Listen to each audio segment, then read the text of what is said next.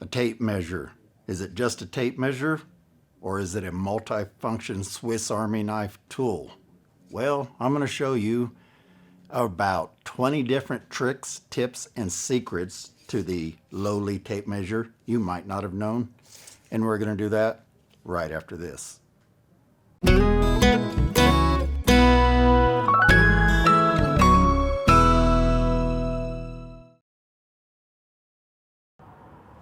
Hey everybody, and once again, welcome back to my channel here on YouTube.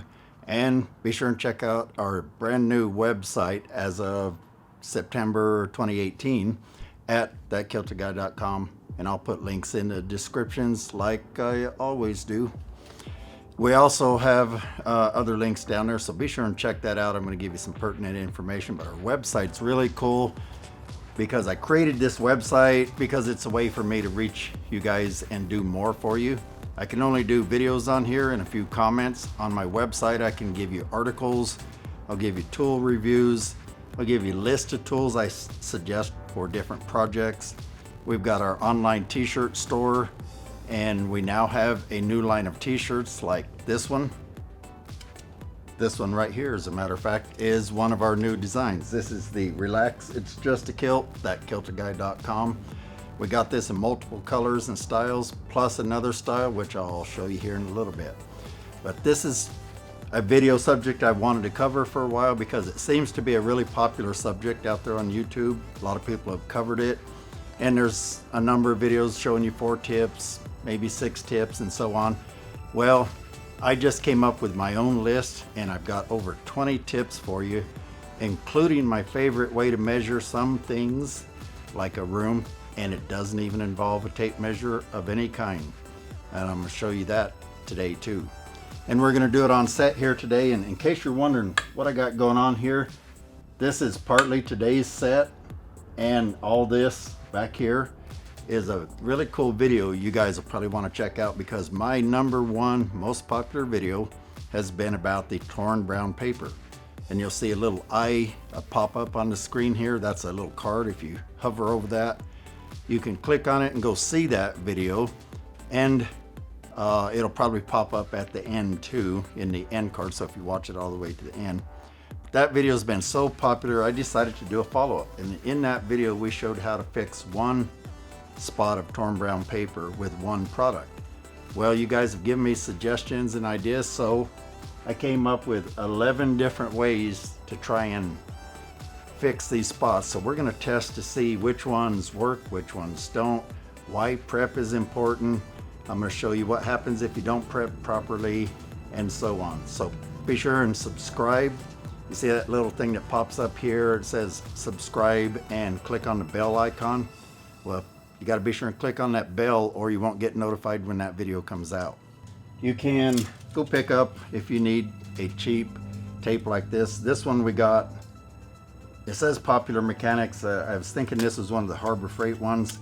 And honestly, for just general, I keep this one at the house for just general around the house, measure for a picture or something like that. It works great.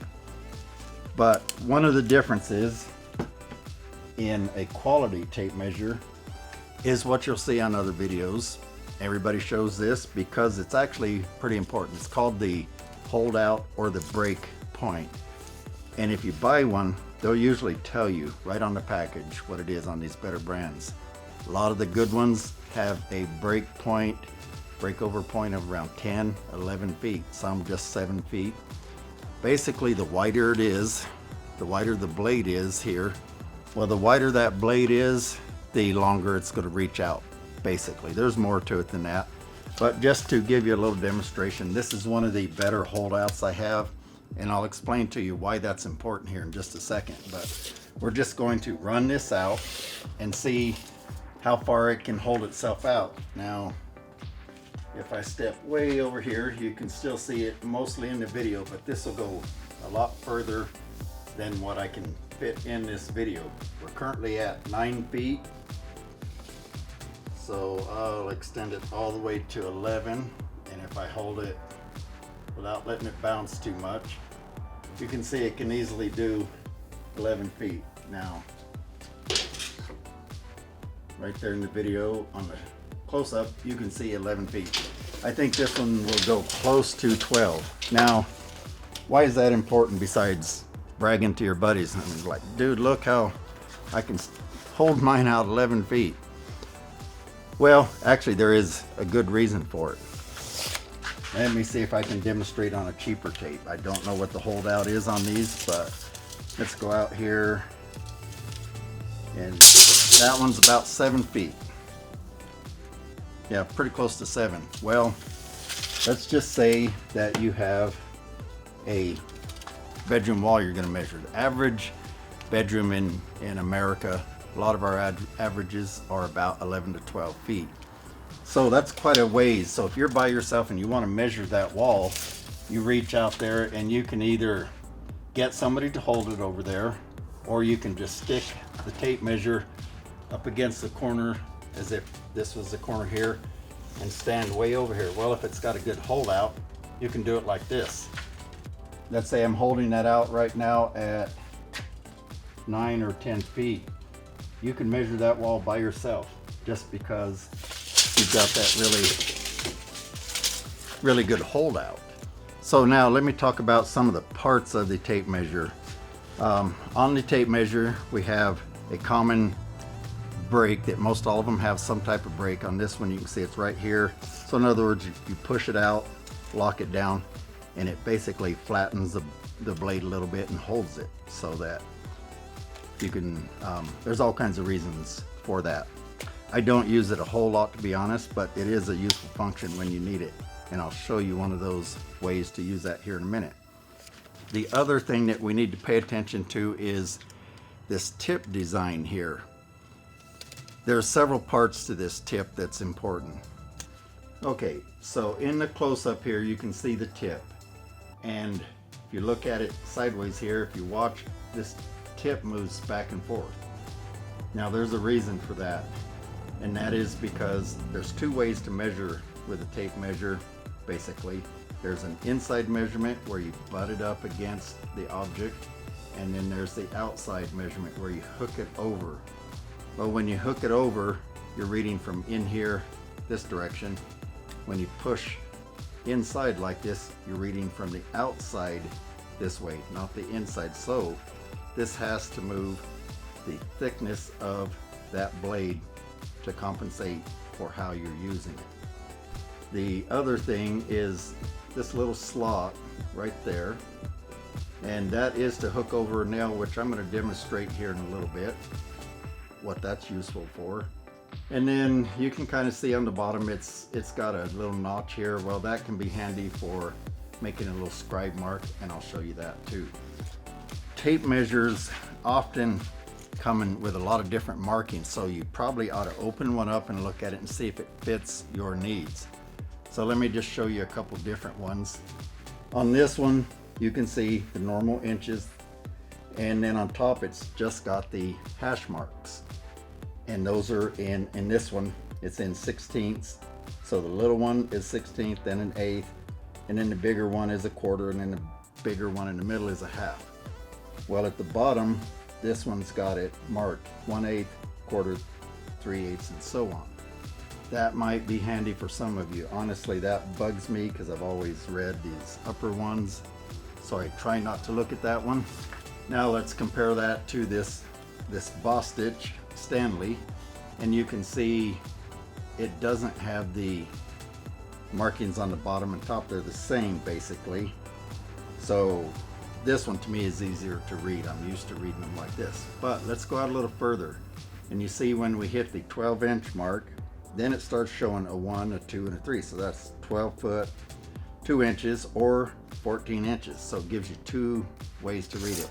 And that can be handy when you get, especially when you get out here and you say 7 foot, 1 inch. And if you don't know the math that 7 foot is 84 inches, you can just look on here and say 85 inches. So that can be handy that way. Now, some tape measures on these markings here, they can be in 32nds of an inch. If you really need that, that might be for fine woodworking, trim work, maybe things like that. Most guys don't like that. That's too fine. and it's just makes it cluttered. It's harder to read. So another thing about a tape measure is this brake. Well, this brake, sometimes there's the style that puts a brake on the bottom. I don't own those because I hate them, and if you're just using them now and then, it might work for you, but honestly, I wouldn't get one of those. They're just annoying. The concept, I think, is that you can pull it out and it holds where you want, and then you pull the brake and it comes back in. Well, let me show you how to do that without that extra moving part that you're wearing out all the time and you have to think about it. You pull it out, it holds. It's called the finger lock.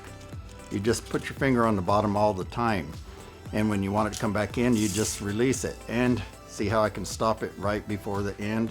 That's important to take care of your tape measure. You don't want to just let them come flying back in all the time. That's hard on them. So you run this out, you get it where you want it to come back in, you just let it come back in and stop it with your finger.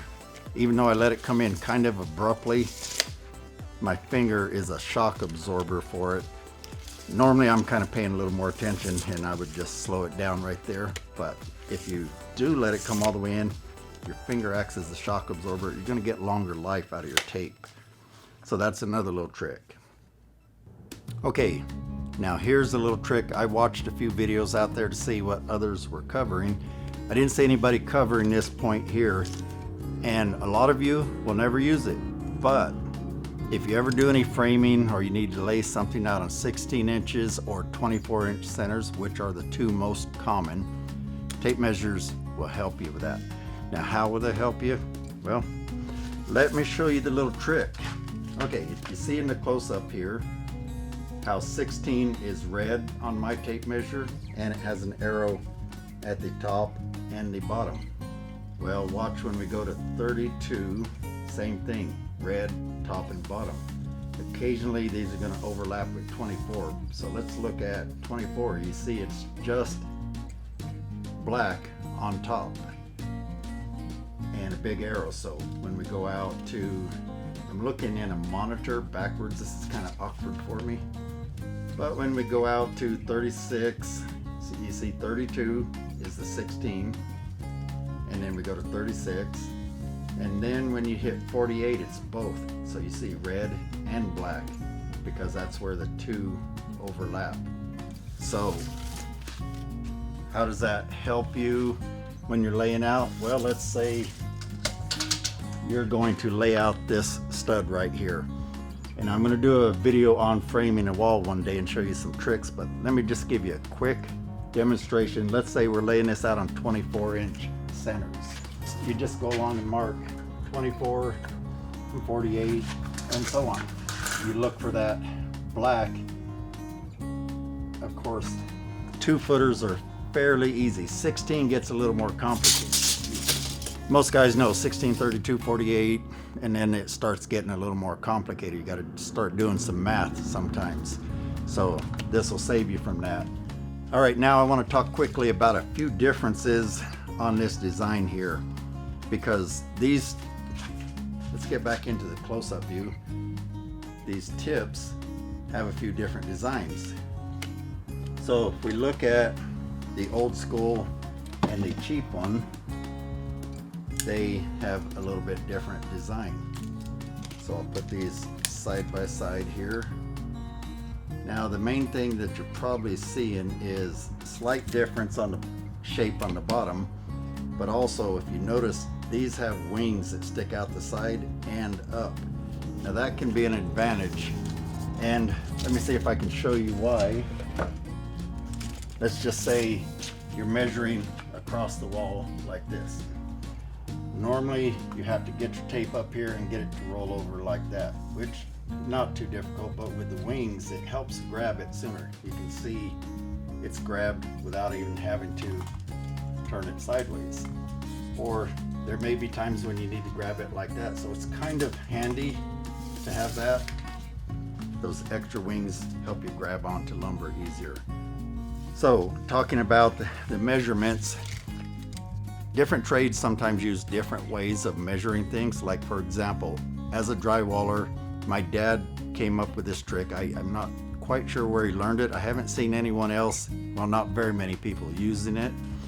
But what we did is we measured everything in eighths of an inch. So what do I mean by that? If it was 16 3/4, we didn't call it out 16 3/4. We called it out 16/6, because that's 6/8. And then 16/7, it was just 16, 1, 2, 3, 4, 5, 6, 7. Now the reason for that, the way he explained it to me, and it always made sense, was in a noisy environment, especially, you're hollering across the room, there's screw guns going, people cutting, all kinds of noise. If I yell out 16 3/4, he could easily hear that as 16 1/4.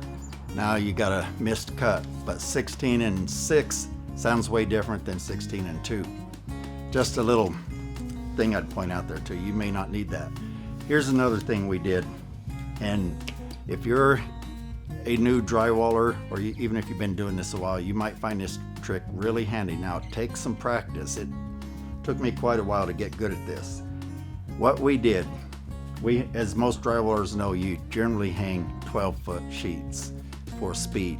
That's the industry standard. There sometimes is need for 8s, sometimes 16s. But let's just say we always hung 12. And so if my dad was measuring on the ceiling and he called out a measurement, like I wrote down here, 120 3, that meant 120 inches and 3/8. Well, when you cut 40, 50 sheets a day or more with a 2-man crew, it's not uncommon to do 60 to 100 sheets, plus a lot of little pieces, so you may be making hundreds of cuts of that size. The way we did it was we learned to do math in our head, and I can still do this pretty good. I just wrote this one down so you'll think I'm cheating, but we called out 120 3. We would know it was 20, I said 120 3. It was 23 4 off, or 5 off, because I said 3. So we just knew how to do the math really quick. We could say 118 4, and we'd just know what the cutoff was. Now the advantage, now you don't have to come all the way across here, 120 inches, make a mark, then get your T-square out. It's kind of hard to show here. I'm going to be hanging 120 sheets next week, speaking of that number. Maybe that's why it popped in my head. And I'm going to use this trick a lot. So instead of going 120 inches, marking it, then getting our T-square out, we would just pull our tape and our knife out and cut it 20, in that case 23/5. We just go down and cut it off. That quick, we've got it cut. Saves us about half the normal time, and when you have a lot of tricks like that, it adds up really fast. So if you're into hanging, check out my videos. Be sure and subscribe, click that little bell icon, and you'll get notified of the upcoming videos. And then you'll see all my tricks for that. Now, while I've got this here, let me show you another trick I haven't seen anybody do. The other thing that you can use this little notch in the end of your tape for is, let's say you want to cut a circle and you need to lay it out right here. You can use this as basically a big compass. So basically you can use this to mark out your circle. So you hook this over the screw, and then this board's going to move on me, so it's not the ideal scenario. It should be laying on a bench or on a wall, but you just put your pencil right in there and just rotate that around, and you can mark out your whole circle that way. So it can be handy, especially for great big circles. There's times you want a 4 or 5 foot circle. They don't make a compass that big. Okay, here's another tip. I haven't seen anybody else do this because this is kind of a drywaller trick, but I've seen a lot of carpenters and other contractor trades come up to me and see me doing this, and they're like, dude, that is awesome, I gotta learn that trick. Well, when we're cutting sheetrock, a lot of times we have to cut, say, 6 inches off the top of the entire 12-foot piece. Most guys, carpenters and a lot of homeowners and that, they get out their pencil, mark 6 inches here, 6 inches there, get the chalk line out, chalk the whole thing. Now they got a straight line to cut. We don't have to do any of that. If I want 6 inches off, I once again get my knife. Now I'm going to use a pencil because I don't want to try and cut this, but pretend this is a knife, or if you just want to straight line on here. Let's just say I want that line to be right there. So what I do is I put my pencil right against there like that. So now it's lined up right with the tip. It's just acting as a guide. You don't want it to do this though. Okay, now you just put your pencil on the spot you want and you lock your finger over here so it becomes a guide right on that mark. So then you just go,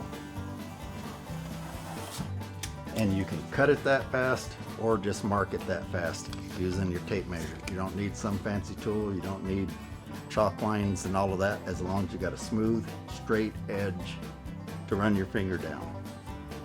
That saves a ton of time when you're doing this kind of stuff. And this is more like a tip. When you're measuring a long wall like this and you're doing that long holdout, like I was showing you earlier, make sure that you keep your tape measure flat, because once you let that end twist, that happens every time. So the better tapes have a better resistance to that. Cheaper tapes are going to twist easier, but as soon as you let it twist, it fails on you. So there's a little tip. Yeah, measuring a long wall by yourself. Now I showed you why the holdout's important, so that's one way. You can just reach in. Let's say this is your wall right here. You can just use the holdout to reach over there and do it that way. The other way that you'll see people do is, let's say I'm measuring from here and for some reason I can't do the holdout method like I was showing you. You can always use your knee and just get more out, and you can just keep doing that till you get enough out, reach up there and get your measurement. If you need more accuracy, if you need it to be fairly accurate, the best way is to get a friend to hold the tape measure for you at that end. But let me give you a little tip. They can hold it wrong. That's right. They can actually hold it wrong. Now, how can they hold it wrong? Well, if they grab it like this and they hold it, now they're not letting the tape measure compensate for the thickness of the blade, because this should always be hooked over something, never pushed up against the end and then pulled. So if you do it, you can mess it up too. If you hold it like that, you're measuring wrong. You have to hold it tight against that to allow that blade thickness to be accurate. Now it's only off by about 1/16 of an inch, but if you need accuracy, that's important. Okay, now if you need to measure inside to inside, like I set up on this mock-up here, we got an inside wall to an inside wall. There are several ways to do that. You can do it like this, where you just hold it there, curl it into the corner here, and I know it's a little hard to see on camera, and then you just read inside that corner, and that'll actually give you a pretty decent measurement. Now if you do need it even more accurate, I got one more trick, and then I'm going to show you another trick nobody else has showed, and that involves that tool that doesn't even have measurements on it. The trick is, if you're going to measure inside to inside, measure first over here with something that you consider to be accurate. In this case, I used my little square and I checked it, and it looked like it's pretty accurate. Marked out 10 inches. I made a mark, and then I put the tape to show that edge super accurate. Now you just measure from here to here, get your measurement on the right edge, and add 10 inches to that, and you've got a really accurate measurement. Now there's one more way, and I like this even better. This way is accurate to within a 32nd of an inch. Depends on the tool you buy, but it's a laser measurer. I use this a lot, mainly for bidding jobs, because I can turn this on. Okay, you can see in the close-up view here, it's got a nice digital display. This one is the Bosch GLM 50. We'll do all kinds of nifty things, like if we hit the function here, the menu, that was the straight measurement. This one, having a hard time seeing what I'm showing. This one does room square footage, so if you need to know width times length and how many square feet, that'll give you that. And all you do is let's just show. You push this, you get your first measurement, your second measurement, and it calculates the square footage for you right there. That's really handy. We use that all the time. So I'll tell you, this will also measure the height of a tall wall. Let's say you have a room with about a 16-foot ceiling. It's really hard to run a tape measure up there, and if you can't get at it, let's say there's a bunch of furniture there, but you can see the bottom of the wall somewhere and the top of the wall, this will calculate it for you using the formula for a triangle, which is, I believe, the sum of the squares of any two sides of a right triangle is equal to the square of the remaining side, if I remember that right. Homer Simpson got it wrong, I probably did too. So they're really handy, but let's check it out on here. This is what I like about, watch it hit the surface you want and hit plus, or the little arrow. And then I'm going to do it 3 times and compare. Now, like I said, it's about a 32nd of an inch accuracy. So this measured 4 foot even and 1/16, 1/32, and 1/16. So that's pretty dang accurate. So I'd call it a 16th. And I basically take 3 measurements if I need it accurate and use the best 2, the ones that match up. Okay, let me show you another trick for measuring, and I use this one a lot. I didn't steal this one off the web. I didn't steal most of these. I watched a video where a guy said he bets he's gonna stump 99.5% of everybody that watches this. It's Wrangler Star. Love his videos, by the way. Hey, if you're watching. And I thought, maybe, but I've been around doing this a while. Sure enough, he did. He brought up this little triangle marking on here, and it turns out it's something I've never had a use for, probably never will, so I didn't know what it was.